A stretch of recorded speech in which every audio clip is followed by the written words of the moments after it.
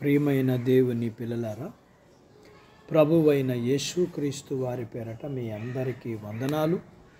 ప్రభువు పేరట మీ అందరికీ శుభములు, దీవెనలు కలుగునుగాక. ఈ ఉదయకాలం పరిశుద్ధ గ్రంథము నుండి దేవుని వాక్యాన్ని చదువుకుందాం. నిర్గమాకాండము 23వ అధ్యాయము 25వ వచనాన్ని చదువుకుందాం. నీ దేవుడైన యెహోవానే సేవింపవలెను, అప్పుడు ఆయన నీ ఆహారమును పానమును దీవించును, నీ మధ్య నుండి రోగమును తొలగించదను.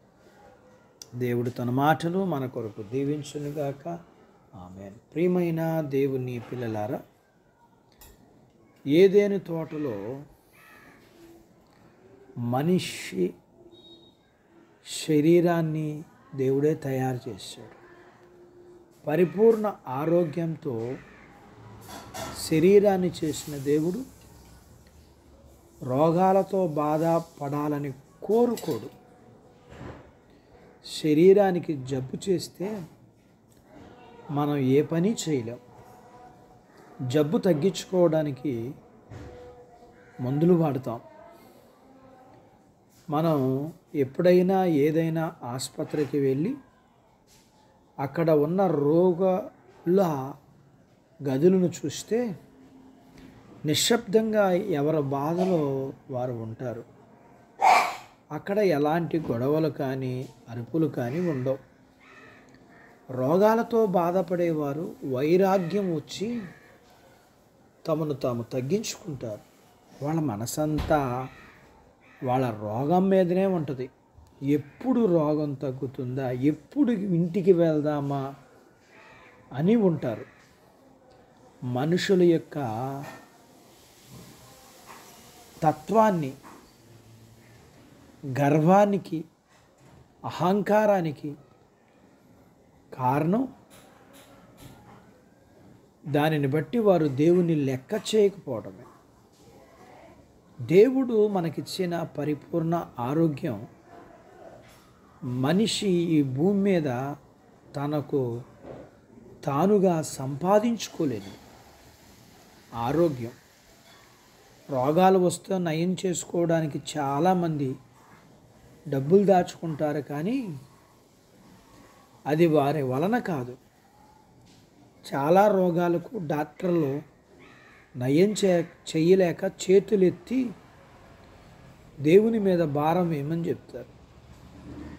పరిపూర్ణ ఆరోగ్యం ఇవ్వగలిగింది దేవుడు మాత్రమే. దేవుడిచ్చిన ఆరోగ్యాన్ని పాడు చేసుకునే వారికి, నాశనం చేసే వరకు రోగాలతో కొట్టబడుతుంటారు, మొత్తబడుతుంటారు. ఇలా అవడానికి కారణం మనిషి ప్రవర్తనే కదా. డబ్బుందని రోగాలను కూడా లెక్క చేయకుండా ఆ డబ్బుతో రోగాల్ని నయం చేసుకోవాలనుకుంటారు, కానీ దేవునికి ఇష్టమైన జీవితం జీవించి రోగాలకు దూరంగా ఉండాలనుకోరు. అందుకే తెగుళ్ళు పంపించి మనుషులు నాశనం అవుతున్నారు. మనం పరిపూర్ణ ఆరోగ్యంతో జీవించాలనుకుంటే, కోరుకుంటే ధనాన్ని కాదు ఆశ్రయించాల్సి, దేవుణ్ణి ఆశ్రయించి దేవుని మీద ఆధారపడి ఆయన్ను సేవించాలి. అప్పుడు ఆయన మనకు ఎలాంటి రోగం లేకుండా రాకుండా మనం చనిపోయే వరకు ఆరోగ్యంగా ఉంచుతాడు. నీకు సంపూర్ణ ఆరోగ్యంతో జీవించాలంటే ఒకటే, దేవుని మాట విను, దేవునికి లోబడి జీవించు. ఈ లోకంలో జీవించినంతకాలం దేవుడిచ్చిన సంపూర్ణ ఆరోగ్యంతో ఆయన్ని సేవిస్తూ ఆయనకు లోబడే మనసు ఇవ్వమని దేవుని పాదాలు పట్టుకొని బ్రతిమలాడుకుందాం. అట్టి బాధ్యత దేవుడు మనకు దయచేయునుగాక. దేవుడు తన మాటలు మన కొరకు దీవించునుగాక.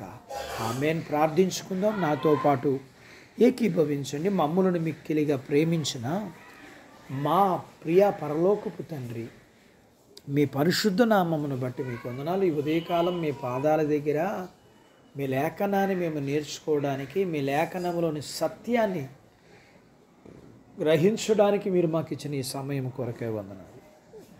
మీ పిల్లల్ని మీరు దీవించండి.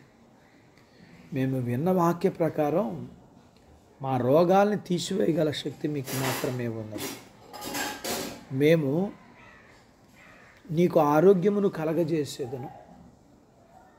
నీ దేవుడైన యెహోవా మాట శ్రద్ధగా నీ విని ఈ ఆజ్ఞలన్నింటినీ గైకొనినెడల ఐగుప్తులు కలిగిన ఏ రోగమును మీకు రానియను, వచ్చినా మిమ్మల్ని స్వస్థపరచు యెహోవాని నేనని మీరు చెప్పారు.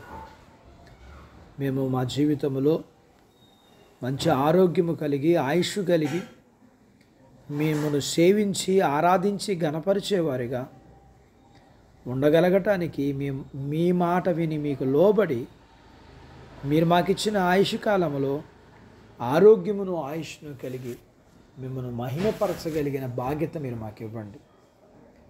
మీ పిల్లలను దీవించండి. చిన్న బిడ్డలను, యవనస్తులను, వృద్ధులను, స్త్రీలను, పురుషులను దీవించండి.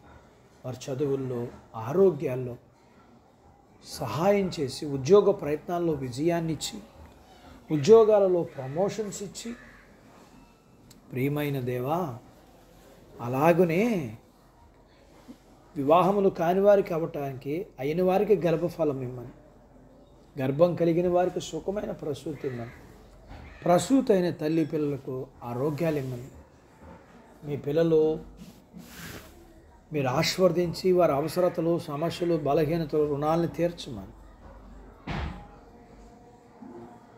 మీ పిల్లలకి మీరు సిద్ధపరిచిన పరలోకపు భూ సంబంధమైన దీవెనలకు పాత్రులుగా చేయమని యేసు ప్రభు వారి పేరట స్తుతించి ప్రార్థించి అడిగినవన్నీ పొందుకుని నామ తండ్రి, ఆమెన్.